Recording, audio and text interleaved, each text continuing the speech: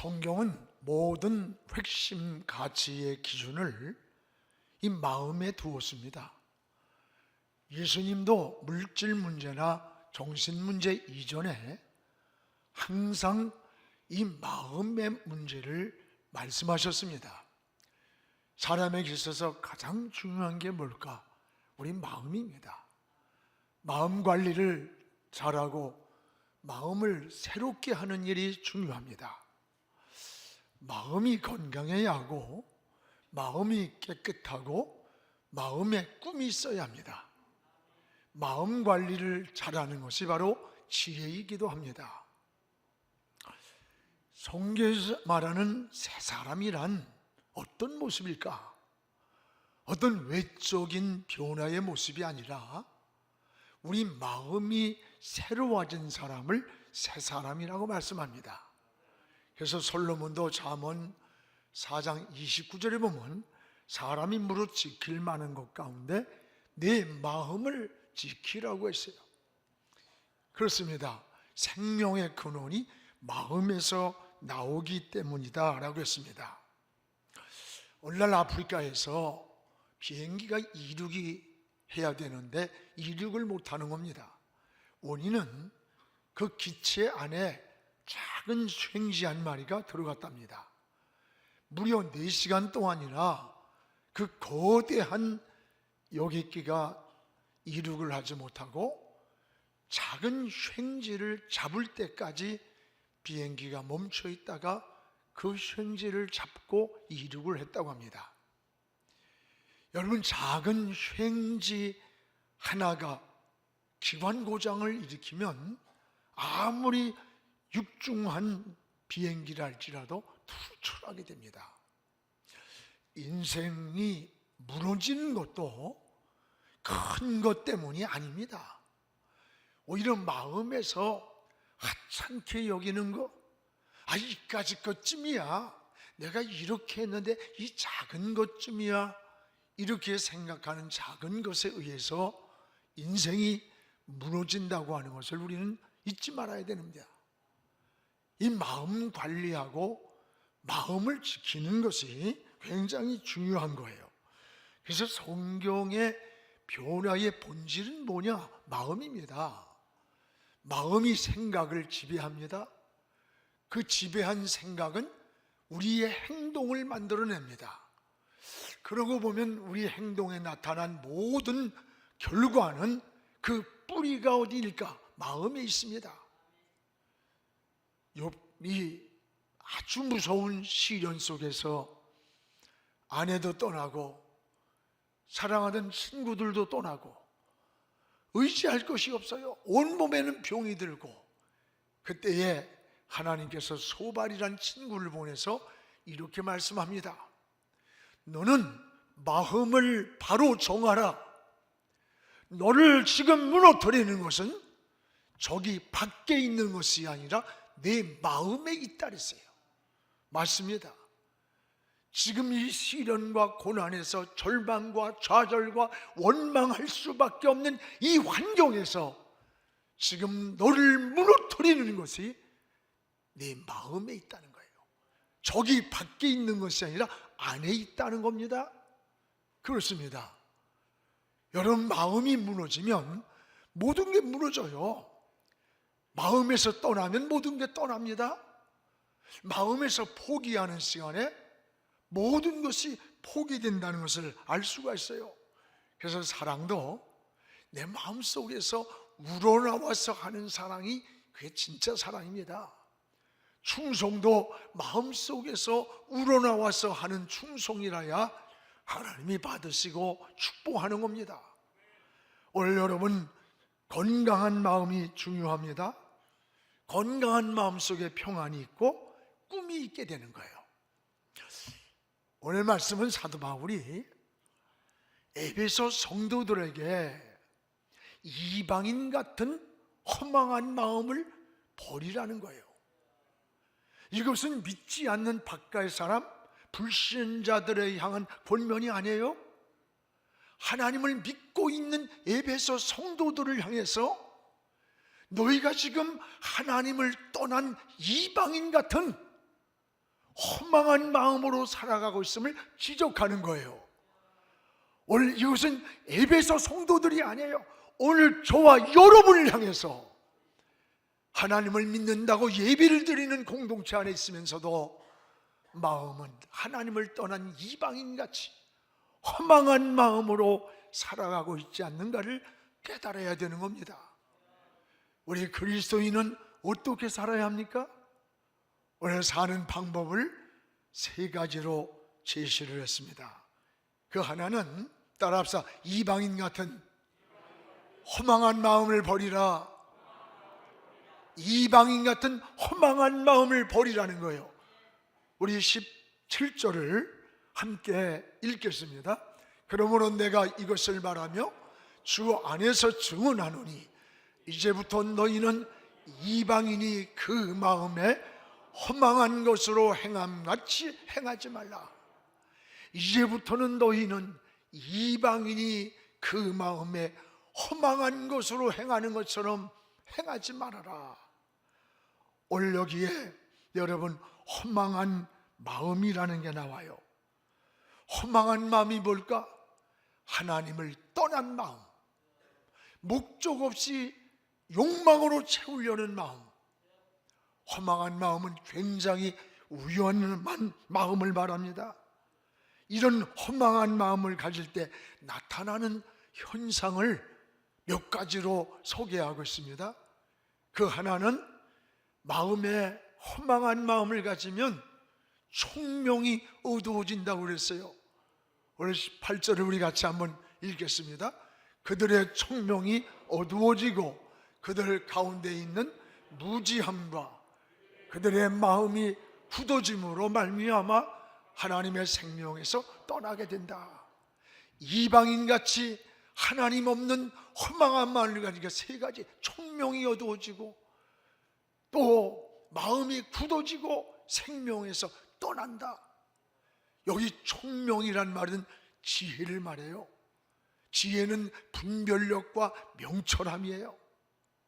그런데 총명이 어두워지니까 선악의 구별이 안 되고 통찰력이 없어지는 거예요. 사람이 무지해지는 겁니다. 여러분, 하나님을 떠난 이방인 같은 이 허망한 마음을 가질 때 나타나는 현상이 뭐냐? 우리에게 총명이 어두워진다는 거예요. 분별력이 없이 무디어진다는 거예요. 또 하나는 우리 마음이 굳어진다고 했습니다. 이 굳어진다는 마음이 뭘까? 이걸 원문을 보니까 의학 용어로 마비가 된다는 뜻이 마비. 뭐가 마비가 돼요? 우리 마음이 마비되면 어떻게 될까요? 감각 없는 마음, 감동이 없는 마음이 되는 거예요. 지정의를 가진 인격이 파괴되는 거예요. 그래서 이런 마음이 굳어질 때 우리의 심령이 무감각해진다는, 감각이 없어진다는 거예요. 은혜가 뭡니까? 은혜는 우리 마음의 작은 것에도 감동이 오는 거예요. 깨달음이 오는 거예요. 찬송만 불러도 가슴이 뭉클하고, 말씀만 들어도, 주여만 불러도 마음에 감동이 오고 눈물이 흐르고, 이게 하나님의 은혜의 삶입니다. 전에 얼마나 교회 나오지 않은 초신도 성도님이신데, 목사님, 저는 설교를 듣기만 하면 왜 이렇게 눈물이 나오는지요? 찬송만 부르고 기도만 해도 너무 눈물이 나와서 부끄러워요. 그게 은혜입니다. 그 고백을 들을 때 목사인 나는 그런 감동과 감각이 무디어 있지 않는가? 그렇게 찬송만 해도, 십자가만 생각해도, 주님만 생각해도 흘리던 눈물은 어디로 갔는지, 어떻게 말라있는지. 오늘 사랑하는 여러분, 우리의 마음이 허망한 마음을 가지면 마음이 굳어진다는 거예요. 은혜가 떠나면 눈물도 감동도 말라버리고 우리 마음이 굳어지는 거예요. 마음이 굳어지면요, 평안이 없어요. 강팍해져요. 자꾸 신경질적으로 변하는 거예요. 그리고 영적 생활에 가장 무서운 게 뭘까? 우리 마음이 굳어지는 거예요. 마음이 무감각하게지면 자연히 하나님과 멀어져요. 여러분, 그리고 생명에서 떠나게 된다고 했습니다. 이것이 허망한 마음에서 나타나는 현상이라는 거예요. 우연한 게 아니라는 거예요. 또한 오늘 19절에 보면 허망한 마음을 가지면 어떻게 되냐? 자신을 방탕에 던지게 된다라고 했어요. 우리 19절을 같이 읽겠습니다. 그들이 감각 없는 자가 되어 자신을 방탕에 방임하여 모든 더러운 것을 욕심으로 행한다. 우리의 마음에 하나님을 떠난 허망한 마음이 오면 감각 없는 자가 되고 자신을 방탕에다 던져버리고 인생을 더러운 욕심으로 될 대로 되라고 살아간다는 거예요. 여기 방탕이란 인생을 될 대로 되라고 포기하는 무절제함을 말하는 거예요. 마치 브레이크가 파열된 것 같아요. 여러분, 자동차가 브레이크가 파열됐다고 상상을 해보세요. 그 결과가 어떻게 되는가? 어제 어느 뉴스에 보니까 지금 자살의 56%가 우울증에서 시작된답니다. 여러분, 이 우울증이 56%의 자살로 이끈다는 거예요. 하나님을 떠나 허망한 마음에 빠질 때 우리가 소망이 없어져요. 꿈이 없어지고 평안이 없어지고 만족을 잃고 우울에 빠지는 거야. 소유가 있어도 여러분 만족이 없어요. 쾌락에 몸을 던져도 그게 평안하지 않는 거예요. 결국 우울해야 합니다. 우울증이 56%의 자살로 생명을 떠나게 만든다는 겁니다. 오늘 여러분의 마음이 진리의 영이신 여러분 예수 그리스도의 마음으로 채워지기를 축복합니다. 그러면 허망한 마음이 떠나는 거예요. 사라지는 거예요. 우리의 마음이 진리이신 예수님의 마음으로 채워지고 하나님이 내 인생의 주인이 되고 성령이 하나님의 영인 내 마음을 지배할 때 오늘 여러분 허망한 마음이 사라지고 평안이 찾아오고 소망이 생기고 꿈이 생기고 감사가 생깁니다. 이게 바로 은혜인 겁니다. 오늘 성도는 세상 사람들과 사는 방법이 달라요. 가치관이 달라요. 추구하는 목적이 달라지는 거예요. 그러면 성도는 이제 어떻게 우리는 살아야 됩니까? 사도 바울은 오늘 에베소서에 이렇게 말씀합니다. 너희는 썩어져가는 구습을 쫓는 옛사람을 벗어버려라. 22절이에요. 우리 같이 한번 읽겠습니다. 너희는 유혹의 욕심을 따라 썩어져가는 구습을 따르는 옛사람을 벗어버리고, 유혹의 욕심, 썩어져가는 구습, 옛사람이라고 하죠. 이것을 벗어버리라는 거예요. 벗어버려라. 썩어져가는 욕심, 여러분, 썩어져가는 구습, 옛사람을 벗어버리라. 여기에서 썩어져가는 구습이란 말은 인생을 병들게 하고 그들을 파괴하는 아주 무서운 악습관, 이 악습관을 오늘 썩어져가는 구습이라고 표현하는 거예요. 근데 놀라운 것은 이것이 현재 분사형으로 되어 있어요. 이게 무슨 뜻이냐? 다시 말하면 이 악습관은 과거에서 멈추는 거예요. 과거로 끊어지는 게 아니고 현재에도 이 악습관은 계속 내게 따라붙어서 인생을 지금도 파괴시키고 병들게 하고 있다는 거야. 과거로 끝난 게 아니에요. 지금 현재에도 계속 우리를 병들게 파괴하고 있는 게 이게 악습관이라는 거예요. 여러분, 악습관은 이렇게 무서운 겁니다. 이 전과범들이 특징이 뭔지 알아요?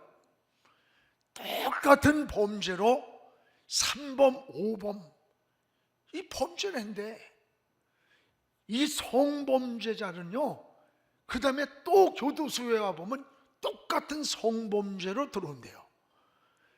또 여러분, 소매치기는 또 소매치기로 들어온대. 지난번에 그가 변화받고 출소한 후에 고백을 해요. 5번을 범죄했는데 교도소 생활하다가 다시는 안 한다고 하고 은혜를 받았어요. 그런데 지나가는데 어느 분이 좋은 수천만이 짜리 백을 딱 찍었는데 자기도 모르게 벌써 손이 거기가 있대. 그래서 잡혀가지고 또 교도소에 와 있는 거야. 여러분, 사기꾼은 꼭 사기죄로 똑같은 범죄로 교도소를 들어온다는 거예요. 이게 뭘 말하는 거야? 악습관이라는 것은 반복해서 생긴다는 거예요. 우리의 신앙생활하면서도 이 악습관을 버리지 못하면 여러분 영적 생활에 치명적인 장애물에 걸리는 거야. 신앙이 무너지고 환난이 뒤따르고 고난이 따르는 거예요.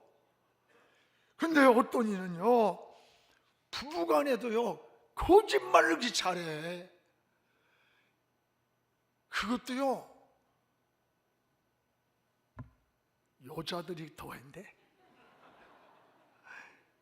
아니 저도 그래. 목사님 이해가 안 돼요. 아니 10분만 있으면 드러날 거짓말을 왜 하는지 모른대. 이해할 수가 없대. 여러분, 부부간에도 인격이 무너지는 거고 신뢰가 무너지고 치명적인 거예요. 거짓말 하는데 그 사람하고 어떻게 친구가 되고 좋은 신뢰의 관계를 맺겠어요? 무서운 악습관입니다. 자기도 모르게 한다는 거야. 어떤 사람은 입만 열면 그 감사도 많은데도 불구하고 그냥 불평을 쏟아놔요. 아무나한테 지 남편 불평, 아내 불평, 친구, 직장 닥치는 대로 불평을 해요. 이걸 무서운 자기도 모르는 악습관에 붙잡혀 있는 거예요. 영혼이 병들고 은혜가 막히는 거예요. 무서운 악습관이에요. 어떤 사람은 아주 사사로워 별거 아닌데 막 신경질을 잘 내고 분노를 잘하고 절망을 잘해. 어떤 이는 신앙생활하면서도 막 노름이라는 이 중독성에 빠져가지고 습관을 끊지 못하는 그런 사람들이 있어요. 오늘 사도 바울은 지금 믿지 않는 저 바깥의 사람을 향해 지적하는 게 아니에요. 에베소 성도들에게 이런 악습관을 지적하는 거예요. 여러분, 옛사람이라고 지적했고 버리라는 거예요. 이것이 에베소 성도들입니까? 오늘 저와 여러분을 향해서 하나님께서 너 이런 악습관을, 썩어져가는 악습관, 이 옛사람 이거 끊어버려, 이거 버려야 되라고 오늘 이 시간도 주께서 주시는 말씀의 음성을 듣기를 주님의 이름으로 축원합니다. 우리가 습관도요 2가지가 있어요. 나쁜 습관도 이렇게 있지만은 또 하나는 좋은 습관도 있는 거예요. 성공한 사람들의 비결 중에 하나가 이 좋은 습관을 자꾸 몸에 훈련하고 길들였다는 고백이에요. 성경에도 보면 모세, 또 여러분 사무엘, 다니엘, 또 디모데 같은 사람들 봐요. 어렸을 때부터 거룩한 습관, 신앙 훈련을 잘 시켜서 그들의 믿음이 성장했던 것을 보게 돼요. 그래서 사랑하는 여러분, 우리는 어떻게 살아야 합니까? 믿음을 지키며 사는 거예요.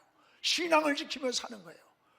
오늘 여러분 썩어져가는 악습관이 오늘 내 인생을 망치고 있지 않는가?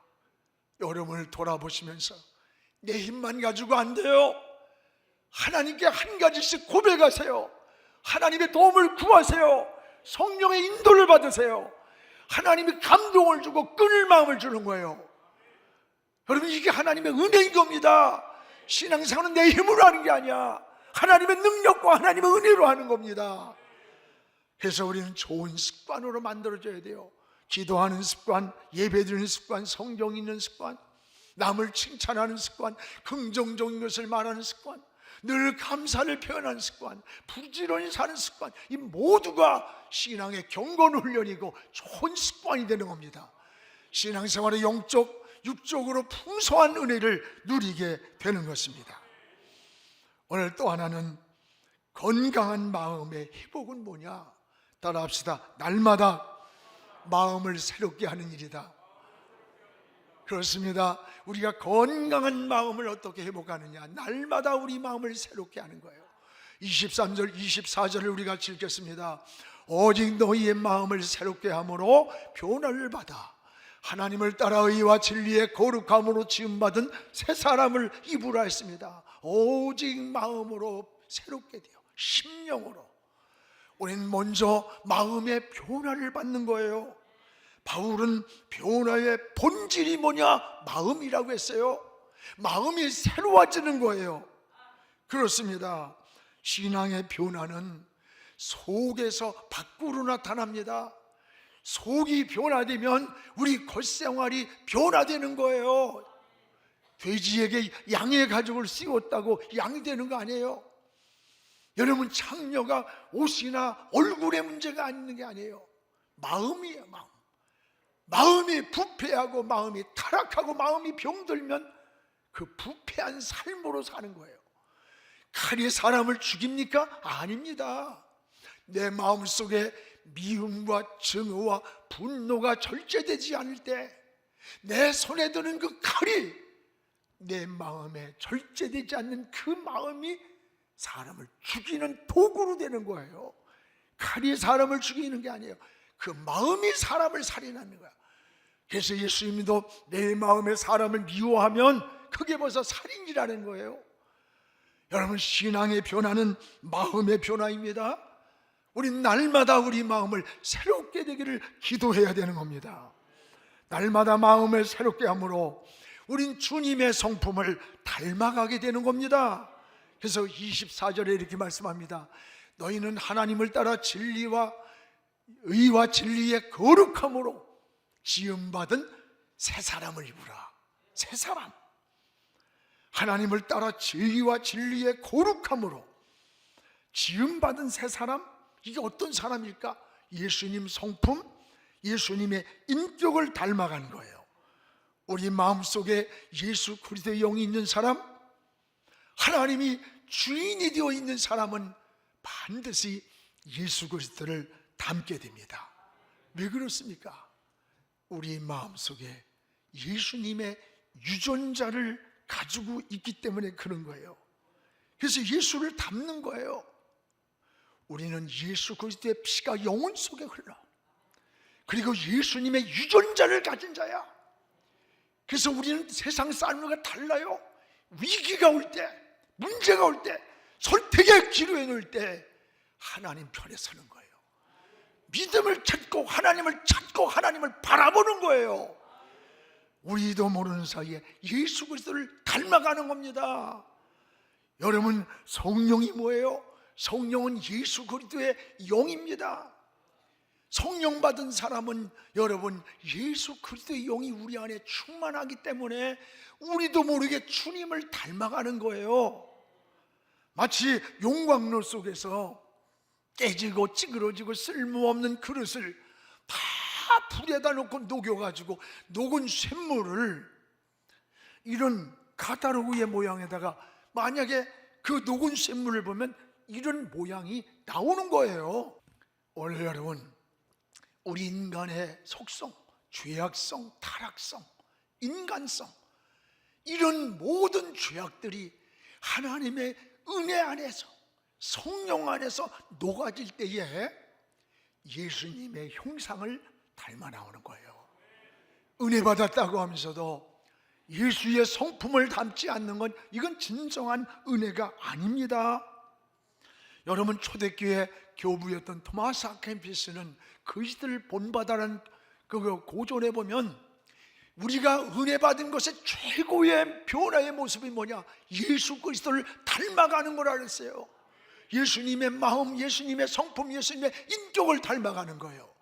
왜? 예수님의 유전자를 가졌고 예수님의 피가 우리 영혼 속에 흐르기 때문입니다. 사랑하는 성도 여러분, 여러분 지금 누구를 닮아가고 있습니까? 오늘 여러분 하나님을 떠난 이방인 같은 허망한 마음을 버리고 주님을 닮아가기를 축복합니다. 예수의 성품을 닮아갈 때 우리 마음에 평안이 있는 거예요. 안식이 찾아오고 기쁨이 있고 소망이 생기고 좋은 열매를 맺게 되는 겁니다. 우리가 추구하는 가치관이 달라집니다. 인생의 목적이 달라지는 거예요. 우선순위가 하나님이 되는 거예요. 내 삶의 중심이 하나님으로 축이 바뀌는 거예요. 나를 중심했던 삶이 하나님을 중심한 삶으로 바뀌는 겁니다. 사랑하는 여러분, 건강한 마음을 회복하시고 우리 예수님의 성품을 닮아서 성숙한 그리스도인으로 풍성한 열매를 맺으며 하나님의 보좌 앞으로 나가는 저와 여러분 되기를 주의 이름으로 축원합니다.